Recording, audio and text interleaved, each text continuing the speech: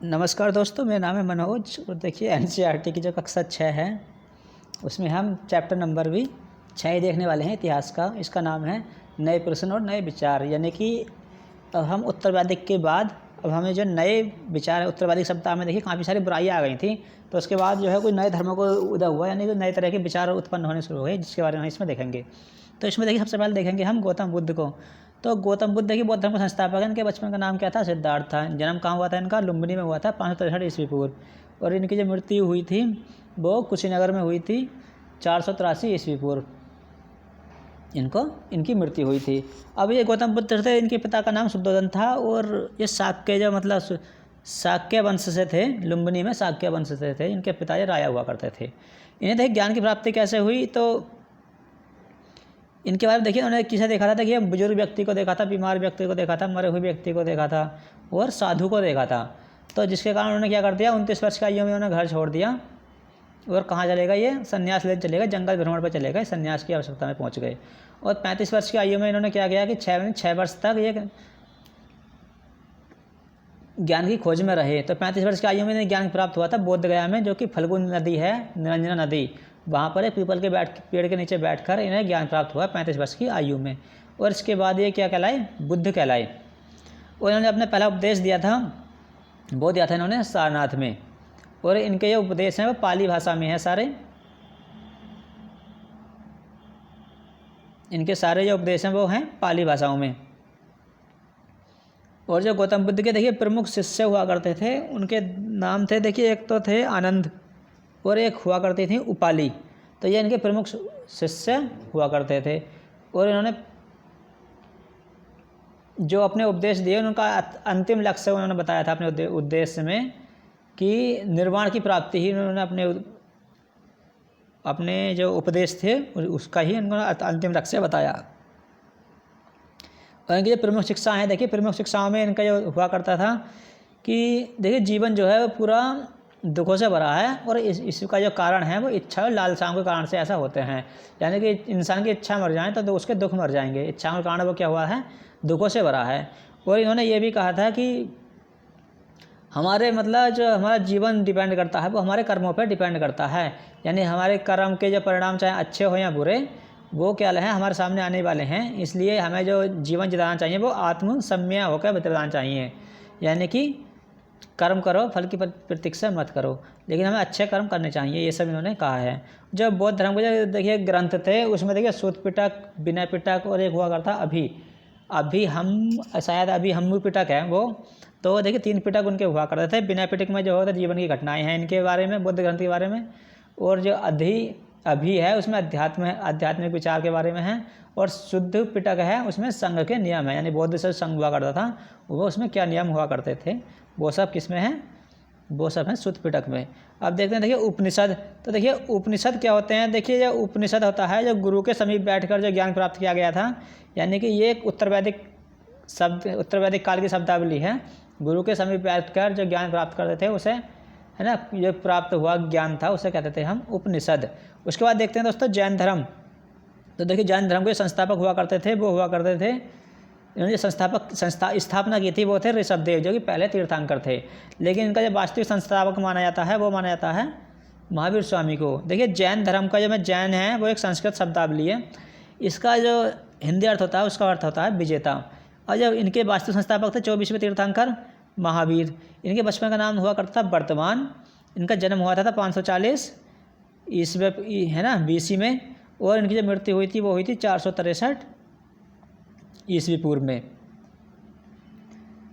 और जो महावीर जो थे इनके बचपन का नाम वर्धमान जो थे, ये इनके पिता देखिए किसके थे?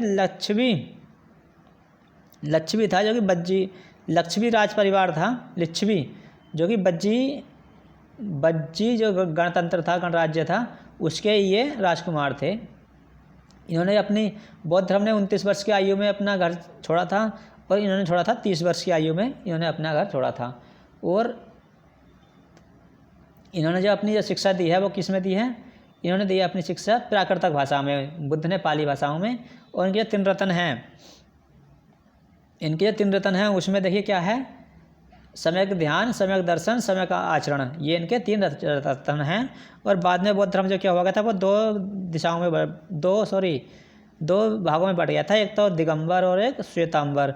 दिगंबर यानी ऐसे बौद्ध धर्म के अनुयायी जैन धर्म के अनुयायी जो नग्न अवस्था में रहते थे, यानी दिगंबर यानी दिशाएं हैं जिनका वस्त्र उन्हें दिगंबर बोलते हैं। तो और जो सफ़ेद कपड़े धारण करते थे उन्हें बोलते थे श्वेतांबर। अब देखिए बौद्ध धर्म की जो प्रमुख शिक्षाएं हैं उसमें हम देख लेते हैं। तो देखिए इन्होंने अहिंसा के मार्ग पर चलना सिखाया था और जीव हत्या की कड़ी निंदा की थी। यही देखिए बौद्ध धर्म की शिक्षाएं और जैन धर्म की शिक्षाओं में आपको काफ़ी समानताएं देखने को मिल जाएंगी। और भोजन के लिए इन्होंने कहा था भोजन के लिए कि आप भीख मांग कर गुजारा कर लें, लेकिन चोरी कभी मत करना, इन्होंने ऐसा कहा था। और क्या किया था, इन्होंने जो है व्यापारी जो लोग थे उसका इन्होंने समर्थन किया था, कि इन्होंने जैन धर्म ने यानी व्यापारी लोगों का समर्थन किया था। आज में आपको देखोगे जो बड़े बड़े बिजनेसमैन हैं, बड़े बड़े व्यापारी वर्ग जैन धर्म से आता है इंडिया में आज भी। और देखिए संघ क्या होता है, तो देखिए संघ एक ऐसा शब्दावली है, संघ मतलब साथ में रहना की यूनिटी को संघ कहते हैं। महावीर और बुद्ध दोनों का एक मानना था कि गृह त्याग करके यानी घर को छोड़कर ही हमें सच्चे ज्ञान की प्राप्ति हो सकती है। तो ऐसे लोग है ना जो बाहर रहा करते थे वो संघ में रहा करते थे, यानी भिक्षु लोग हुआ करते थे जो संघ में रहा करते थे। इनके लिए क्या हुआ था, बौद्ध धर्म और जैन धर्म दोनों में ही नियम बनाए गए थे। और इसमें जो संघ में जो प्रवेश लेने वाले लोग थे वो कौन थे, ब्राह्मण, क्षत्रिय, व्यापारी और मजदूर, यानी कोई भी इसमें आ सकता था। इसके लिए इसमें किसी को भी पाबंदी नहीं थी और इसलिए इनका विस्तार क्या हुआ, बहुत ज़्यादा हुआ। अब देखिए बिहार क्या होते हैं, तो देखिए बौद्ध धर्म और जैन धर्म दोनों के ही जो भिक्षु हुआ करते थे यानी अनुयायी हुआ करते थे, या दोनों ही क्या करते थे, एक स्थान से गए और दूसरे स्थान पर जाकर क्या उपदेश देते थे, लेकिन साल भर में। लेकिन वर्षा ऋतु में सब, जब वर्षा ऋतु होती थी, पहले वर्षा हुआ करती थी, कहीं की झड़ लगते थे, तो इधर से उधर जाना क्या हुआ करता, असंभव हो गया था। तो वर्षा ऋतु बिताने के लिए इनके शिष्यों ने इन्हें क्या बनवाया, देखिए बिहार बनवाए, यानी कि वर्षा ऋतु काटने के लिए एक है ना दान की भूमि इन्हें दान दे दी और उस पर इनके निवास स्थान की कि आप वर्षा ऋतु यहाँ बिताइए, उसे कहा गया बिहार। और लोग वहाँ क्या करते थे, अब जहाँ ये ठहरते थे वो बिहार हो गया। इन्हें जो है भोजन पहुँचाते थे, कपड़े पहुँचाते थे, या फिर जो दवा वगैरह होती थी वो पहुँचा देते थे, और उसके बदले में ये क्या करते थे, दिन भर वहाँ पर उनको उपदेश दिया करते थे। तो देखिए ये होता है बिहार। अब देखिए एक होती है आश्रम व्यवस्था। तो जब बौद्ध धर्म और जब जैन धर्म दोनों ही फैल रहे थे, क्योंकि उत्तर वैदिक जो काल था इसमें काफ़ी बुराई आ गई थी सनातन धर्म के हिसाब से देखें तो हम, तो इसके वजह से ये दोनों फैल रहे थे। तब तो देखिए ब्राह्मण ने एक योजना बनाई और एक आश्रम व्यवस्था का इनको फैलने से रोकने के लिए, अपने धर्म के विस्तार के लिए ब्राह्मण ने आश्रम व्यवस्था शुरू की।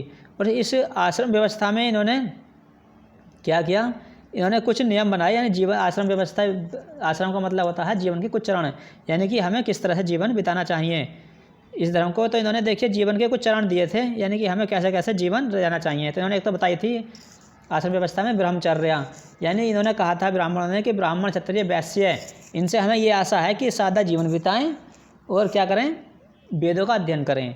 और इन्होंने कहा कि आश्रम व्यवस्था में सिर्फ वही लोग आते सकते थे जिनके शादी ना हो, यानी किसी ने विवाह कर लिया तो उसे आश्रम व्यवस्था में प्रवेश उसका बैन हो जाता था। एक होता था देखिए वानप्रस्थ, मतलब होता वन है ना, वानप्रस्थ यानी कि जंगल में रहकर साधना कर लोग साधना करें, उसे कहते थे वानप्रस्थ। एक था संन्यास, यानी सब कुछ त्याग कर सन्यासी बन जाओ और अपने धर्म का प्रचार प्रसार करो।